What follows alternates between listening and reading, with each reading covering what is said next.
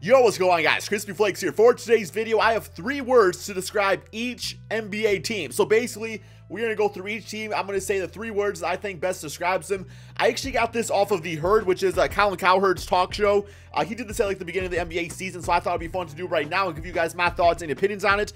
If you guys want to give me your 3 words to describe your favorite team, or if you guys want to do every single NBA team, let me know in the comments section below. So here we go. My first 3 words to describe the 76ers. Fultz is good.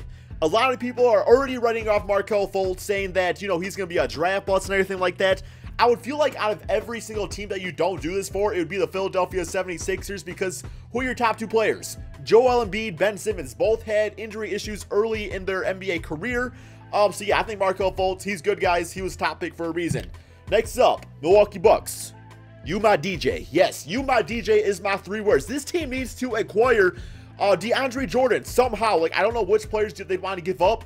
Honestly, I would do Malcolm Brogdon and Thon Maker, just because what DeAndre Jordan is going to do for this team right now is put them on the map and on the radar for a really contending in a weak Eastern Conference. The Cavaliers are freaking not doing well right now. The Toronto Raptors are good, but I still think the Bucks could beat them with DeAndre Jordan. The Celtics are the team to beat, but at the same time, like, you have Giannis, who is, in my opinion, an MVP caliber player, alongside DeMarcus Cousins, Eric Bledsoe, Chris Middleton. You get a healthy Jabari Parker back. You all need DeAndre Jordan, guys, to be that last line defense for when the defense does break down. Chicago Bulls. Lauri is Dirk. Yes, guys, Lauri Markkanen, this dude, his 3-point shooting has been off the charts in his rookie season.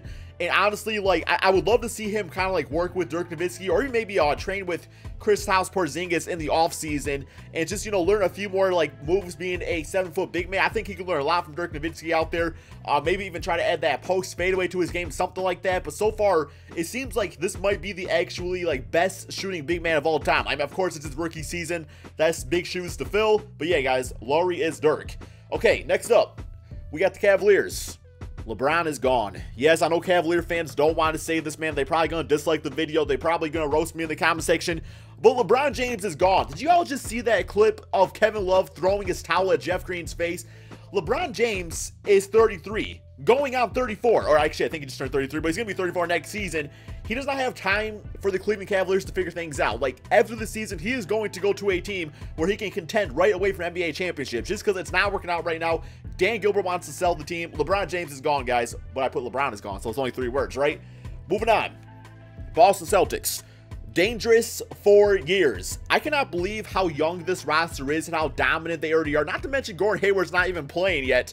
Al Horford, he is 31, but, you know, I feel like what he does for the team, yes, he's great for their system, but I feel like in the future you could definitely sign a big-name free agent.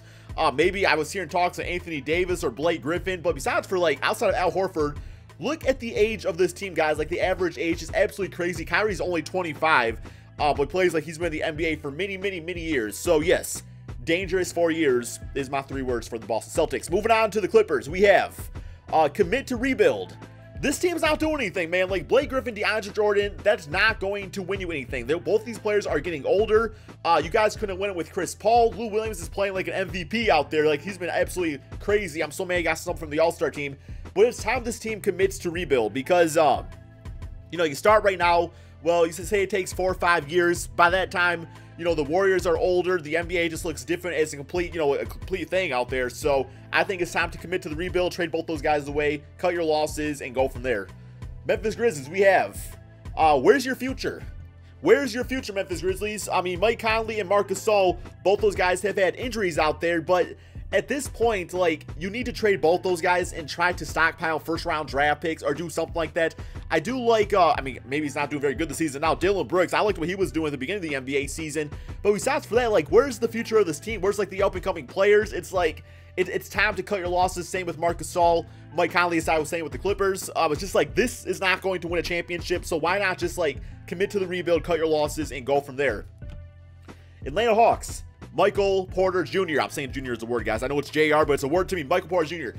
is like the perfect fit, if you ask me, for this team. I feel like he could be like that new, you know, I feel like his ceiling could be like a Dominique Wilkins. You know, a guy that goes out there and just throws down crazy dunks, highlight reel, the human highlight reel, as a good 3-point shooter. So, yes, assuming Michael Porter Jr. comes back healthy and better than ever, because he had like a season-ending injury, which kept him from playing in college and stuff like that, I feel like he's the perfect fit for this team. Miami Heat, we have fire the waiter. Yes, guys, I am not happy with Deion Waiters. I know he's out for the rest of the NBA season, but like, I'm just so pissed that this guy played so amazing last season only because it was the contract year. I feel like he took such a step back this season, and after he got his money locked up and things like that. So I say it's maybe I'll trade him away, try to get something for him.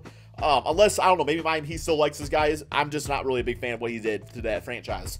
Charlotte Hornets, low trade value. Now, Michael Jordan kind of defended Kemba Walker, saying, we're not going to trade Kemba unless it's for an all-star. But we low-key know that that Kemba Walker is probably going to be gone in a season or two. So I feel like his all-time trade value is at its all-time highest right now, but you keep on going, man. The trade value is going to be low. Nobody's going to sign him just because they can wait a season or two and just sign him via free agency without giving up any draft picks whatsoever. Utah Jazz, we have steal of draft. That would be the man, Donovan Mitchell. I cannot believe, dude, my Detroit Pistons going to have this guy over Luke Kennard.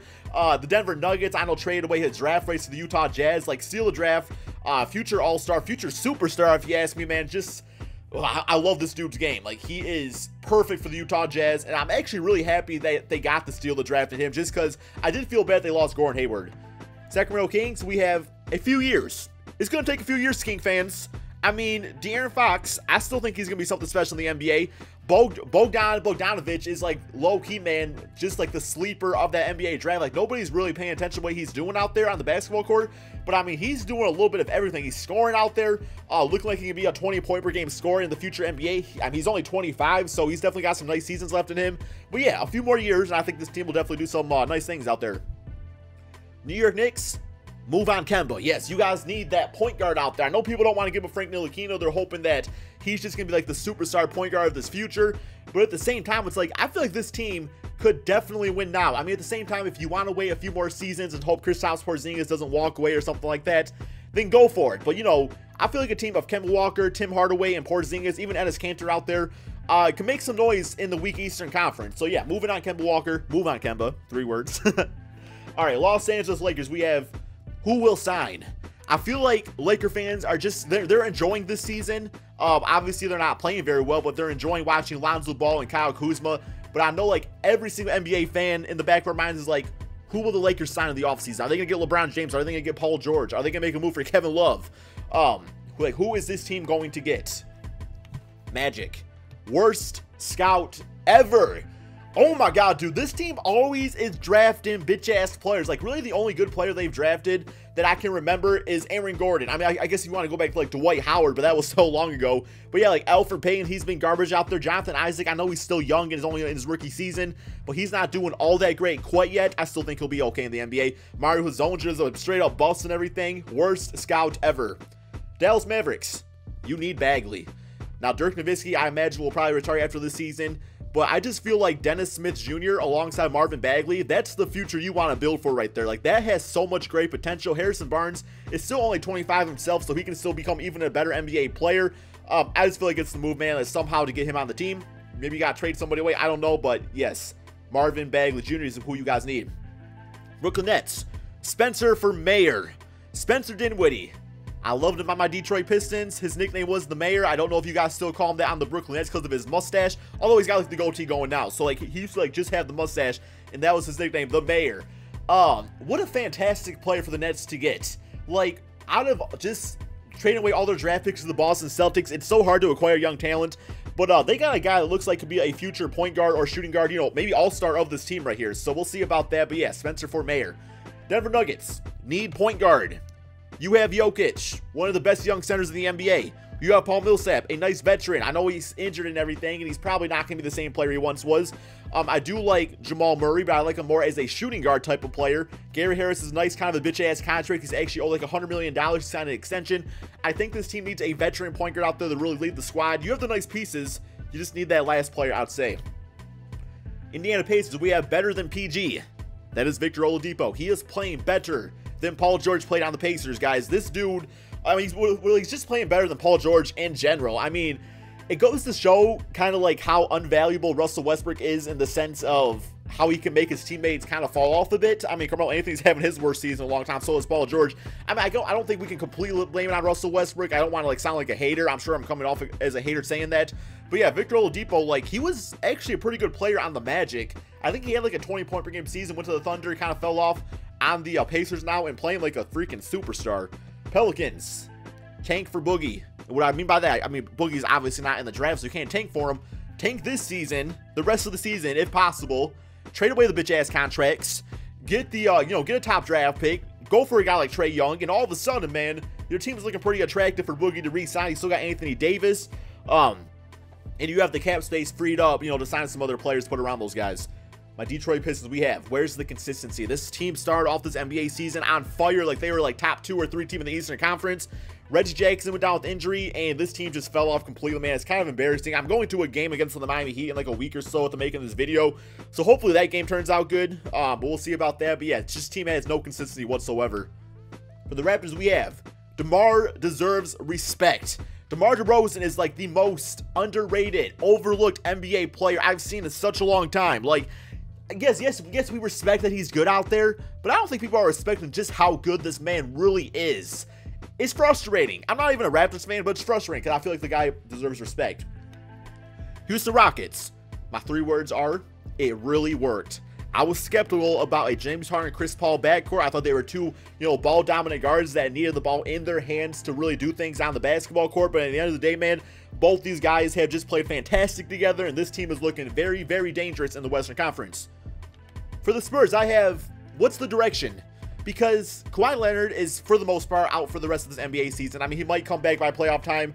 I don't know if he'll be the same player or not. The Spurs might look to shut him down. There's talks of Kawhi Leonard not being happy on the Spurs and wanting to go to a different team. The roster's pretty old out there. I mean, Greg Popovich is an amazing coach and has his team playing to its max potential, but it's like, where's the direction? It's like, I don't know. I can't even say what it is, man. I was saying earlier that I feel like this team should kind of start getting rid of some of the old players out there and try to build around Kawhi Leonard because he's 26. It's like, this is now the time to do it. Phoenix Suns, don't trade Booker. People are saying, like, talking about trading away Devin Booker from the Phoenix Suns. He's like the best thing about this team right there. He's only 21. I mean, the NBA is now a guards game, and you have a great one right here in Devin Booker. So I feel like there's other moves you need to make out there and still focus on the draft. Like I was saying, though, he's only 21. So let's say it takes 5 more seasons to really put the pieces together. At that point, he's only 26 and just entering his actual prime. For the Thunder, we have chemistry takes time. And yes, the chemistry has finally started to click with this team. I mean, Paul George, Russell Westbrook, Steven Adams, Carmelo Anthony, they're all playing fantastic together now and look like a team that is not a team you want to face when it comes to the Western Conference playoffs. For the Timberwolves, we have Wiggins has peaked, question mark. Do you guys think Andrew Wiggins has peaked as a player? Do you feel like he's, I don't want to say NBA draft bust, but just like not that once in a decade type of player that people thought he was going into college and stuff like that? I mean, I think some of it is that he does defer to Jimmy Buckets and Karl Anthony Towns, but at the same time, like when Jimmy Buckets was not on that team, Wiggins put up numbers, but it didn't really lead to like team success. So what do you guys think about Andrew Wiggins? Has he peaked as a player? Is he just who he is at this point, or is there still room to grow? For the Blazers, we have need third piece. Love Damian Lillard, love CJ McCollum. Nurkic is actually pretty solid out there, but this team needs that third big 3 piece out there. I don't know if it needs to be like a small forward or a power forward or something like that, but I don't even know what the piece is. There was talks of DeAndre Jordan. That would be nice, but like I was saying, I do like Nurkic because he is only 23, and I still think he has a lot of great potential. So what do you guys think that third piece for the Trailblazers should be? And for the Golden State Warriors, winning it all, guys. Winning it all. I mean, at the end of the day, all the stuff in the NBA is going on, but it looks very tough for any team to go out there and beat the Golden State Warriors. Like, I don't see anybody beating them in a 7-game series. I mean, the biggest chance I give to is probably the Houston Rockets in the Western Conference Finals or something like that. I don't think any East team is going to beat this game in a 7-game series. So, I don't know, my friends. Let me know in the comment section what you guys think about all my 3 words for each NBA team. It's actually a lot of fun making this video. I mean, I kind of just like did like what came to my mind at first. So, I didn't put too much thought into it just because I don't feel like that's how this game should be played. It's what 3 words come to your mind the quickest. But thank you all so much for watching, and peace out, my friends.